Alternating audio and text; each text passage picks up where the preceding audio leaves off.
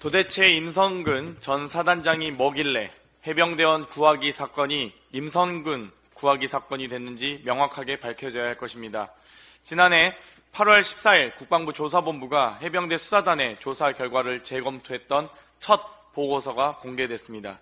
13페이지 중 4페이지를 할애해 임 전 사단장의 혐의를 빼곡히 작성한 것이 밝혀졌습니다. 조사본부는 임 전 사단장이 7월 15일 실종자 수색작업 지원 요청을 받고도 예하 부하들에게 전하지 않다가 17일 뒤늦게 실종자 수색 임무를 하다라고 1시간 뒤엔 곧바로 출동을 지시해 안전대책을 마련할 시간을 주지 않았다고 작성했습니다. 18일엔 현장 지도를 하며 물에 들어가지 않고 도로 위주 수색 활동을 본 뒤 내려가서 수풀을 헤치고 찔러 보아야 한다. 내려가는 사람은 가슴 장화를 신으라고 지시해 결국 최상병이 장화를 신고 수중 실종자 수색을 하게 됐습니다. 이렇게 국방부 조사본부 첫 보고서엔 임 전 사단장 등 6명에게 범죄 정황이 있고 하급 간부 2명은 추가 조사가 필요하다고 밝혔습니다. 그러나 일주일 뒤 8월 21일 첫 보고서 내용은 사라지고 임 전 사단장과 7여단장 등을 제외하고 대대장 2명의 혐의만 적시해 경찰에 이첩됐습니다. 이는 그간 국방부 조사본부 재검토에 외압이 있었다는 의혹을 확인해 준 것입니다. 지난 4월 재검토 외압 의혹이 있을 당시 이종섭 전 장관 측은 최종 결과 전 어떠한 보고도 받지 않았다고 해명한 바 있습니다. 이조차도 거짓 해명임이 밝혀졌습니다. 신원식 현 장관이 의원 시절 23년 8월 21일 국방위에서 전화 안 했다 인정하시죠? 라고 질문했고 이종섭 전 장관이 예 그렇습니다고 했지만 VIP 경로설 이후 10차례 이상 통화가 있었습니다.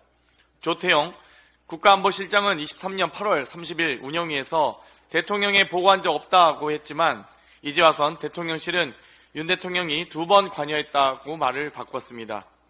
이종섭 전 장관은 23년 9월 4일 예결위에서 대통령으로부터 전화 받은 적 없다고 했지만 주요 국면마다 윤석열 대통령과 직접 통화한 사실이 확인된 것입니다.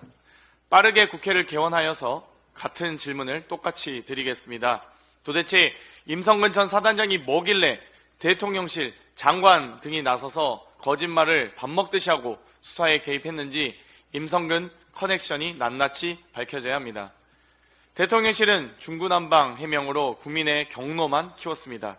거부하는 자가 범인입니다. 윤석열 대통령도 특검의 소환조사에 응하시기 바랍니다. 대한민국이 마침내 산유국이 되었습니다. 밑도 끝도 없는 대통령의 가벼운 발표에 세계 산유국들이 비웃고 있습니다. 이제 부산 엑스포를 유치할 게 아니라 석유 수출기구 오펙 가입을 준비해야 할 판입니다. 가벼운 윤석열 대통령 취임 후 첫 국정 브리핑에 대해 국민적 의구심이 사그라들지 않고 있습니다. 천공의 그림자가 보이는 것을 뒤로 하더라도 이번 발표 근거인 액트 지오사에 대한 논란도 잠잠해지지 않는 것 같습니다. 오늘 비토르 아브레우 박사가 방한한다고 합니다. 정부가 이번 검증 결과에 신뢰도를 높이는 차원으로 추진했다고 합니다. 불과 1년 전에 후쿠시마 오염수 방류 전에 옥스퍼드대 명예교수가 방한하여 일본을 신뢰해야 한다. 오염수 1리터도 마실 수 있다고 말한 적이 있습니다. 1년 전 데자뷰가 일어나지 않을지 지켜보겠습니다. 1975년 프랑스 국영정유회사는 비행기에서 석유를 탐지할 수 있다는 얘기에 속아서 10억 프랑을 날렸고 2004년 골드만삭스도 비슷한 일을 당했습니다. 포항 석유를 점지해준 천공과 액트지오 외에 또 어떤 검증을 받으셨습니까? 대통령의 가벼운 브리핑에 국회에서 책임 있는 검증을 해 나가도록 하겠습니다.